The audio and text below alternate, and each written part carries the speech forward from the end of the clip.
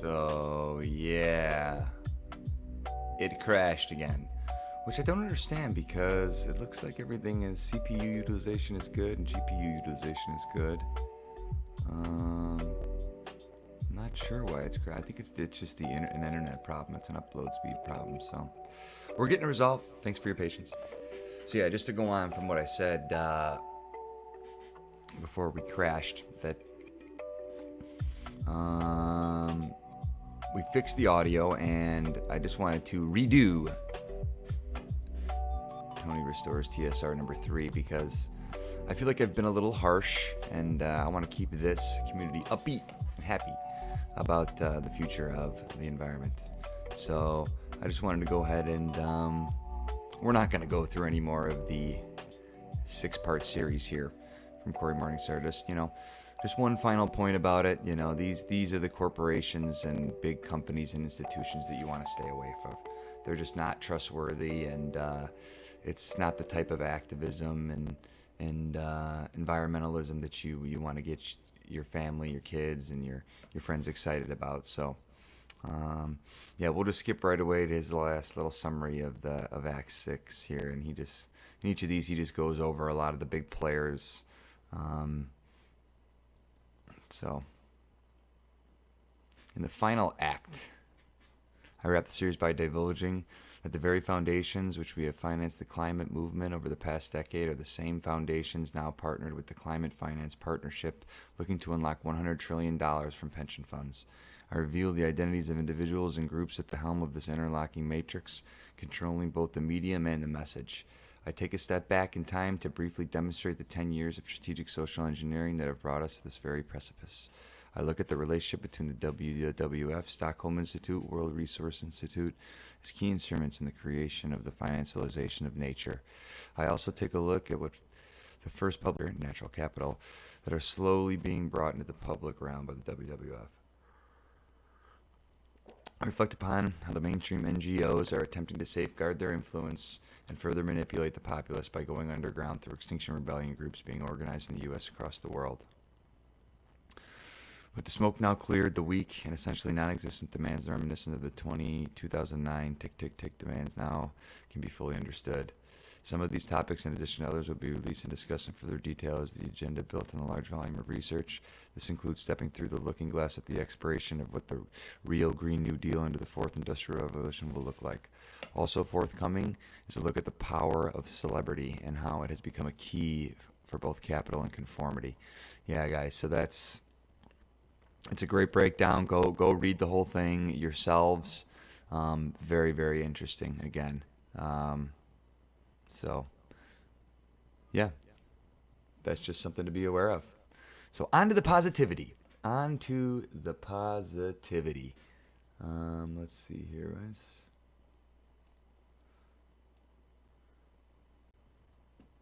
Let's get the good vibes going here, huh? I hope you guys can hear me. Maybe this is not working again. That would be brutal. That would be truly brutal here.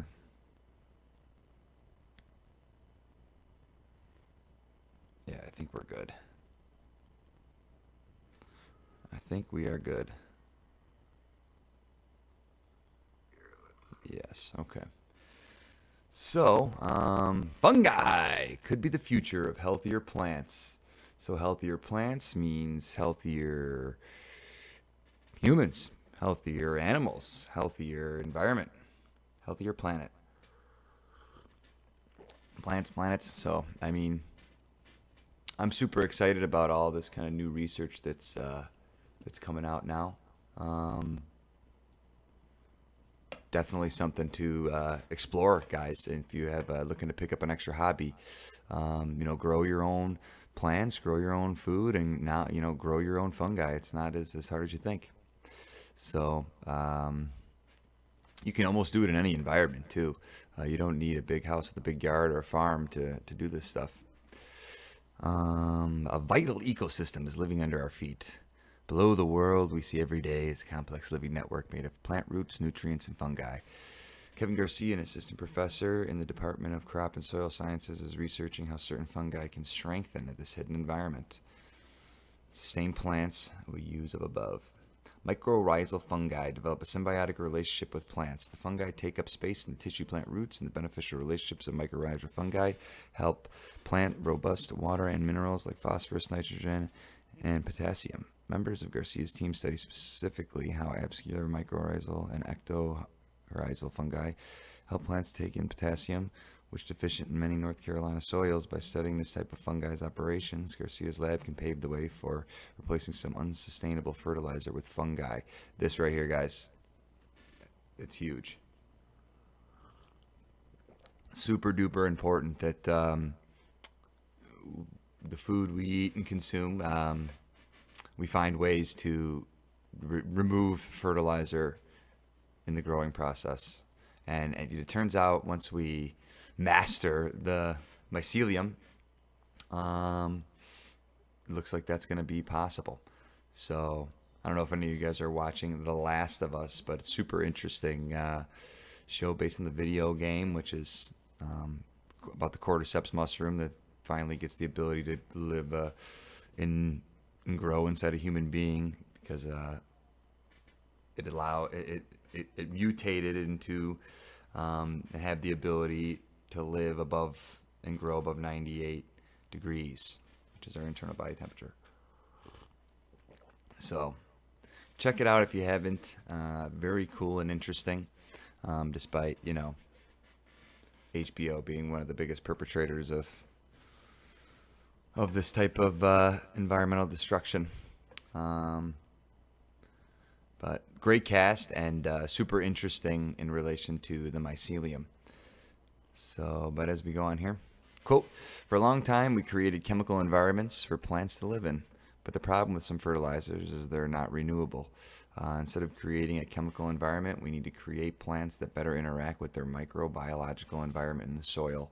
We need to understand at a basic level how plants can acquire these resources. If we better understand these associations in the lab, we can better understand associations in our agricultural ecosystems. I mean, that's just awesome. I love that fancy pantsy talk. It's great. Looks like here's some mycelium and some agar. Just beautiful. Yeah, in vitro cultures of Hemiloma cinderlosporum. Yeah, just a vast wealth of mushroom and mycelial fungus species. Super interesting. So, yeah, it looks like this project is getting some big funding here from the U.S. Department of Ag. Yeah, I mean, mushrooms have just exploded recently. Everything in the field, everything in the industry has really come a long way in the past decade or so. So, exciting stuff, guys. This is, I believe personally that mycelium is going to be a key component to in a symbiotic relationship with us to heal our environment. It'll be mutually beneficial for us and all the species that are here with us. So, yeah, it just goes on about what these scientists and biologists are doing in this lab. Mycologists. Yeah. So, I mean, this is like hands on the ground type stuff. My work involves a lot of coordination. The field growing season involved packing seed, planting, checking on the crops, figure out how to navigate challenges like deer and other animals at the same time. We're running growth chamber experiments with soybeans and mycorrhizal fungi spores that will inoculate the soybeans. A lot of things overlap in my work, and it's a perfect opportunity to move around different spaces and make connections. Yeah, super cool.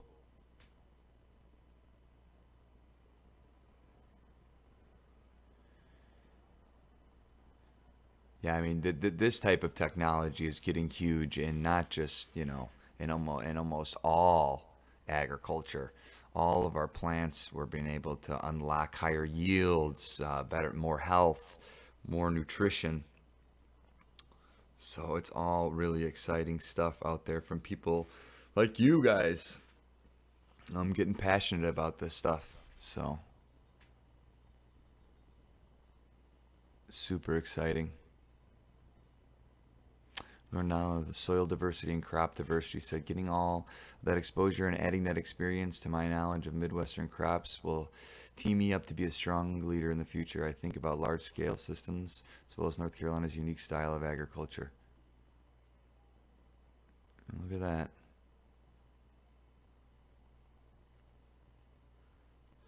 Yeah. Boom. Great quote. We want to see what we can harness, y'all. So, super sweet. Yeah, and then here, in the episode that I deleted that I recorded on Monday with the horrible audio, I talked a little bit about this one that I bought from the legend Paul Stamets. Can't recommend this enough. If you guys are interested in growing your own gourmet or medicinal mushrooms, this book is the Bible. Paul Stamets is one of the greats. He's been doing it for a long, long time. Yeah, I mean, this book covers the in detail, state of the art stuff. So pick it up. I mean, there's tons of authors out there that have done a ton of great stuff when it comes to mushrooms. So cool, guys. On to the next fun, exciting stuff we got going on here. It isn't always all bad news, guys. It's not always doom and gloom. That's what a lot of the mainstream environmentalist groups try to peddle, but it's just not true, guys. It's just not true. There's tons of good stuff going on.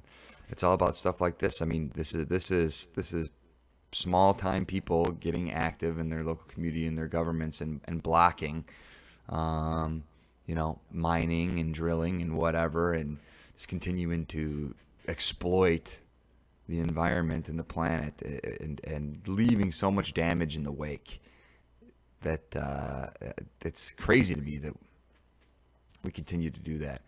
So, but yeah, just get involved and look at this. Here, a big win for the little guy. Australian Environment Minister Tanya, I'm going to butcher this, I'm sorry, Tanya Pliberzuk has blocked a proposed open pit coal mine just 6 miles from the Great Barrier Reef. Let's give you guys a zoom in here. Seagrass meadows that feed dugongs and prime breeding grounds for fish. Tanya P. is the first environment minister to use her powers under Australia's Environmental Protection and Biodiversity Conservation Act. Super cool. Reviewing 18 other coal and gas projects. This is a victory for the reef, for tourism, for communities that demand on the reef for their livelihoods, and for all those who cherish this natural wonder.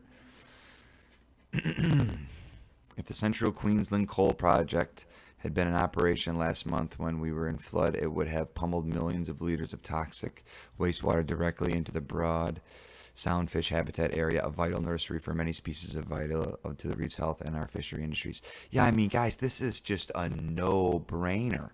And I know a lot of the right-leaning people will say, oh, but, what powers the boats to allow us to get the fish to feed ourselves is oil, blah, blah, blah. But we cannot continue to exploit the planet at the scale with coal and oil and all these bad energies. And I realize we have to slowly transition off that. But we got to really focus on it, make it a really good focus. Last night in the State of the Union, all of the Republicans laughed when President Biden said, well, we can't get off oil right away, but we need to slowly transition. It was just kind of a unique moment. Republicans and Democrats, most of them serve their own agendas anyway. If it was up to me, we need to start a third real green party and get really, really active about this kind of stuff, guys. Because look at this. This is a win. So looks like some of these people in Australia said no, and they stopped it. And now these beautiful coral Great Barrier Reefs are going to be preserved. I mean, some of the most stunning habitats and ecosystems on the planet that we selfishly destroy. So win, guys. Woo! And then finally, for tonight's little episode here, I just want to go over a little bit of Terrence's speech here.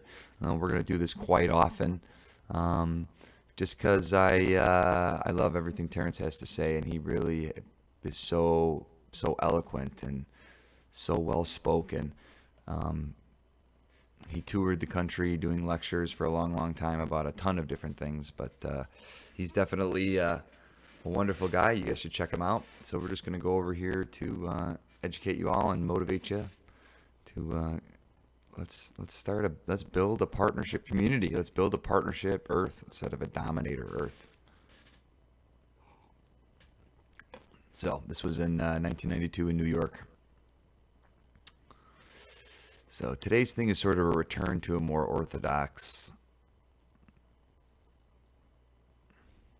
educational kind of mode. Hopefully not such a degree that it's boring. The agenda is to talk about Hermeticism and alchemy, the way in which this tradition, which is counterintuitive and heterodox, if not heretical from the point of view of Christianity, what it can mean for the present, what it means for the psychedelic experience, and what it means for the notion of the end of history, and how the loss of this point of view has probably done us a certain amount of damage.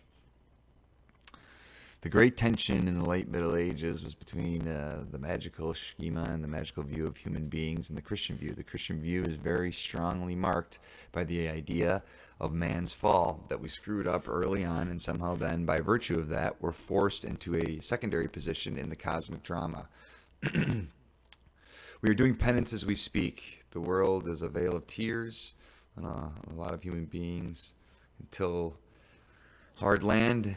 We are cursed into the 19th generation by the fall of our first parents. We can be redeemed through Christ, but we don't deserve it. If you are saved, it's because there is a kind of hand extended to you from a merciful God who is willing to overlook your wormy nature and draw you up in spite of yourself.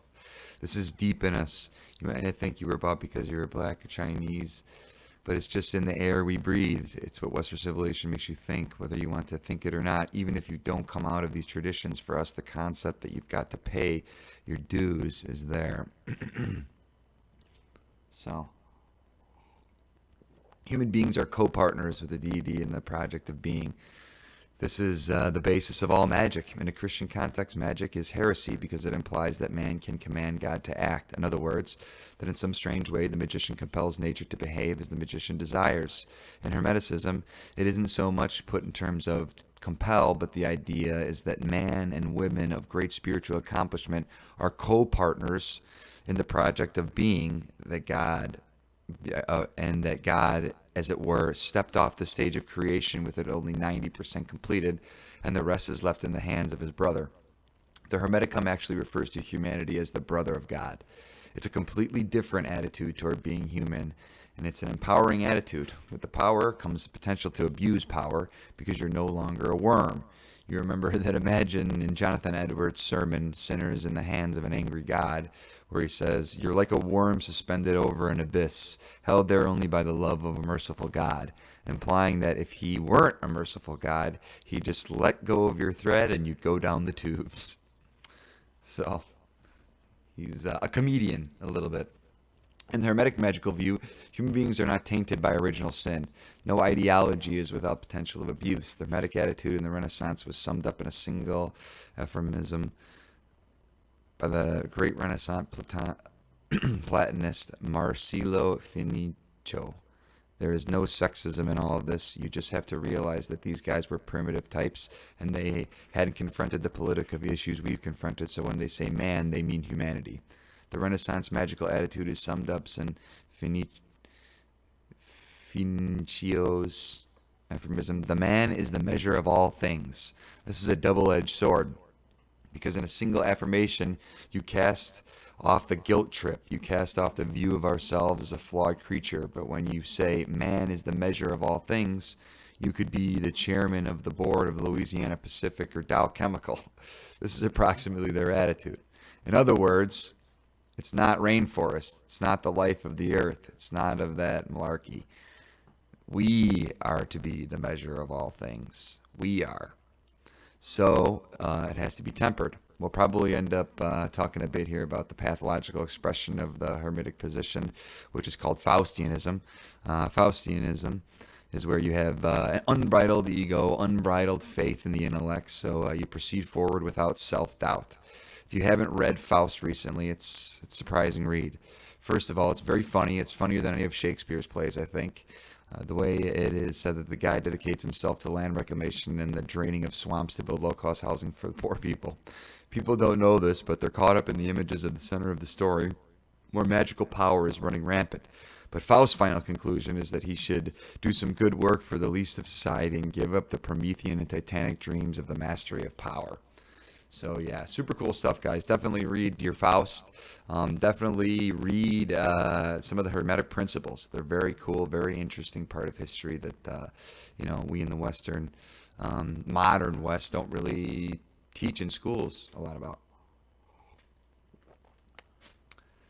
Well, a little bit of history about the Hermetic ideal. It's an interesting story in light of our discussions at time yesterday.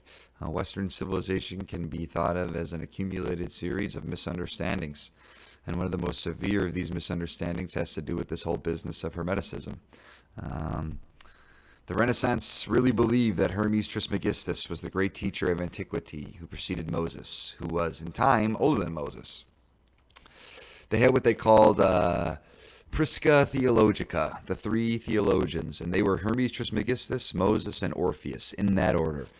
The reason that I say Western civilization is built on a series of misunderstandings is because they got it all wrong about Hermes Trismegistus, guys. They got it all wrong.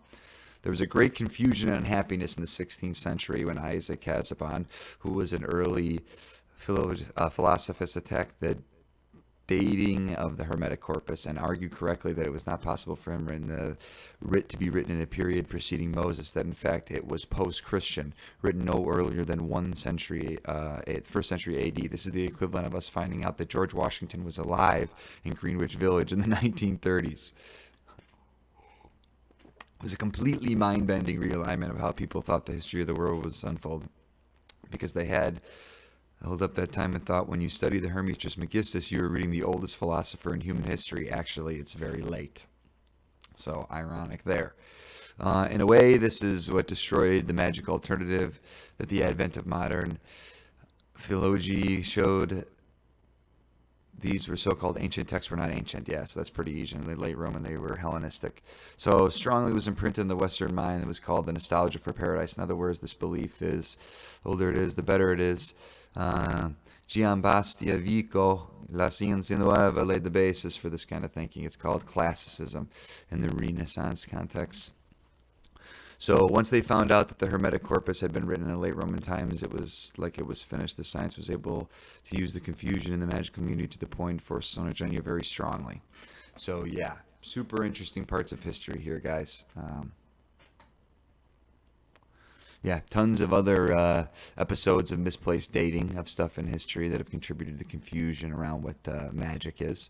For example, I hope this doesn't bring somebody rising out of their chair or in an air-crawling rave, but Rosicrucianism rests on a bunch of phony dates because they want to tell you that somebody named Christian Rosenkreutz wrote a book called The Chemical Wedding and sealed it up in a time capsule in the 12th century, and that it was then dug up in the 6th century. But actually, all these Rosicrucian documents were penned up by people in the 16th century who had a very complicated political agenda, which we'll probably discuss in later parts of the weekend.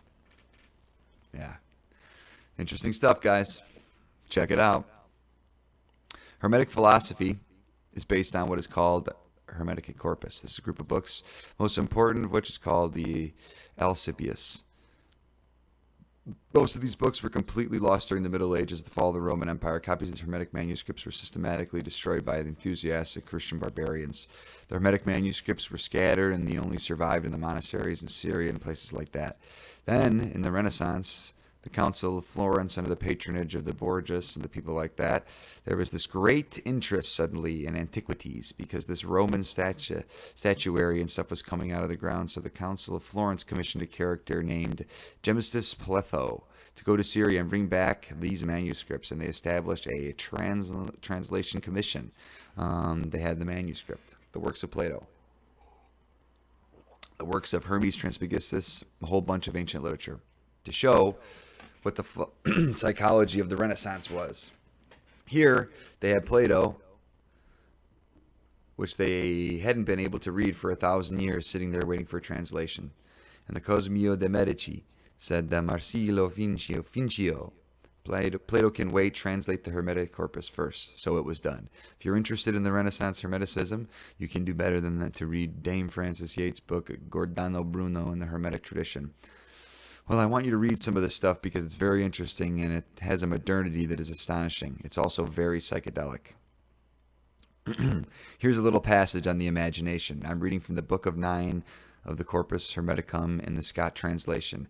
This is a 4-volume set. I only brought the text and translation volume, but if you read Greek, it's all here. If you don't, it's here, all here in English, but this will give you a feeling for the approach. If then you do not make yourself equal to God, you cannot apprehend God, for like it's known by like. Leap clear of all that is corporal and make yourself grow to a like expanse with that greatness which is beyond all measure. Rise above all time and become eternal. Then you will apprehend God. Think that for you too nothing is impossible. Deem that you too are immortal and that you are able to grasp all things in your thought, to know every craft and every science. Find your home in the haunts of every living creature. Make yourself higher than all heights and lower than all depths. Bring together in yourself all opposites of quality, heat and cold, dryness and fluidity. Think that you are everywhere at once, on land, at sea, in heaven. Think that you are not yet begotten, that you are in the womb, that you are young, that you are all times, all places, all substances and qualities and magnitudes together. Then you can apprehend God. But if you shut up your soul in your body and abash yourself and say, I know nothing, I can do nothing, I am afraid of earth and sea, I cannot mount to heaven, I know not what I was nor what I shall be, then what have you to do with God? Your thought can grasp nothing beautiful and good if you cleave to the body and are evil. So, interesting, very different from the humble yourself, hard labor, spun wool and watery beer approach of medieval Christianity. Here's an amazing passage. People like to think that people thought the world was flat until the Renaissance. This is an incredible psychedelic image of outer space that is 2nd century AD. Would that it were possible for you to grow wings and soar into the air, poised between the earth and heaven, you might see the solid earth, the fluid sea, and the streaming rivers, the wandering air, the penetrating fire, the courses of the stars, and the swiftness of the movement with which heaven encompasses all. What happiness were that my son to see all these born along one impulse, and to behold him who is unmoved, moving, and all that moves, and him who is hidden, made manifest through his works. Wow, guys. Crazy stuff. It goes on and on. It's very readable. It's very literary. It's highly poetic. It's a certain celebration of nature. The notion of sin is completely absent. It rings with a kind of confidence, a kind of joy that was completely running counter to the brimstone damnation point of view of Christianity. Here's to me a psychedelic passage.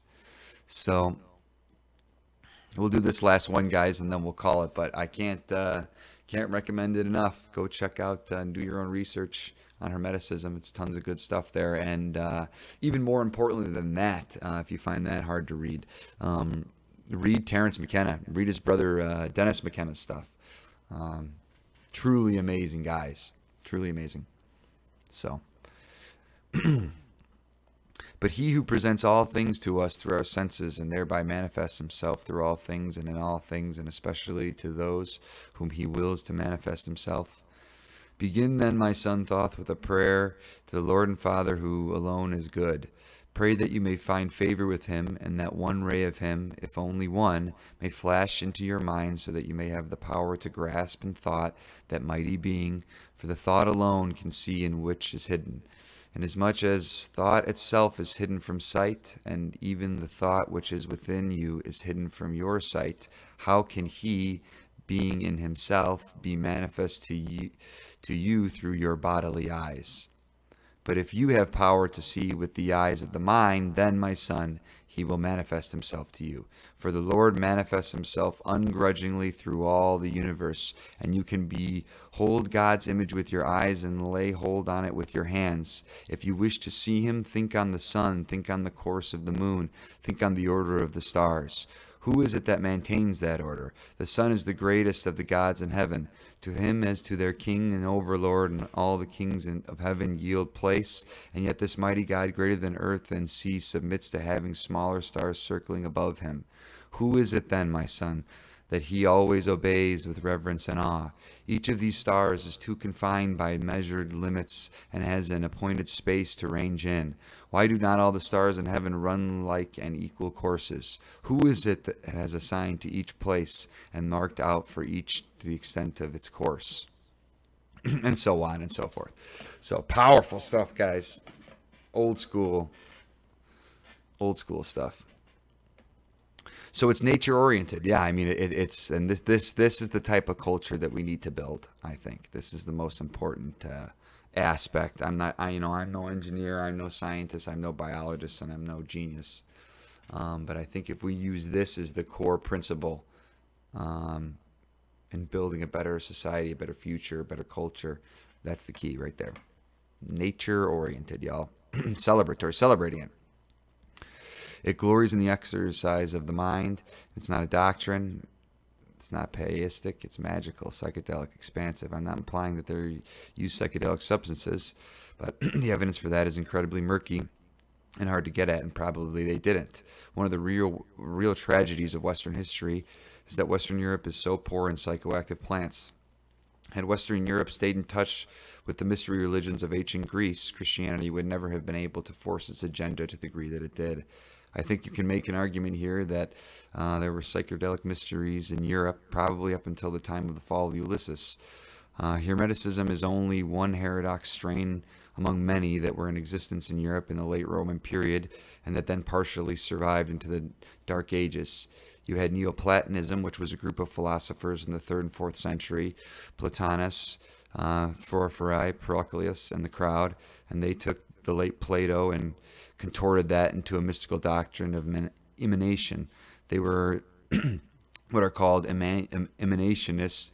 What this means is that you start with one or an unnameable or Brahmatman, and then you have a series of dissociations into more and more material and more multiplistic expressions of being.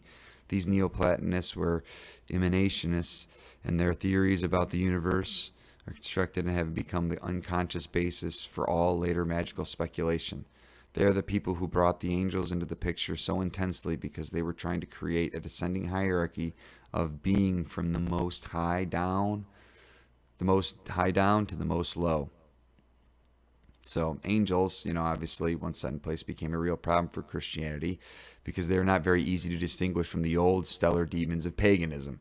Paganism was largely the belief that the power of the stars could be drawn down to earth through sympathetic magic.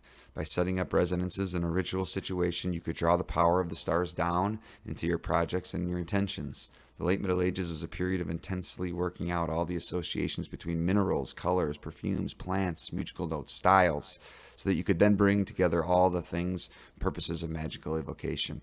If any of you are interested in this, the book to read, which you point out toward the interesting books, is a wonderful book called The Spiritual and Demonic Magic from Finico to Campanella. In the Renaissance, over a period of about 3 generations, this became a real problem because what starts out as angel magic ends up as out-and-out demonic conjuration, something which I've noticed my 14-year-old son is incredibly unhealthy interest in.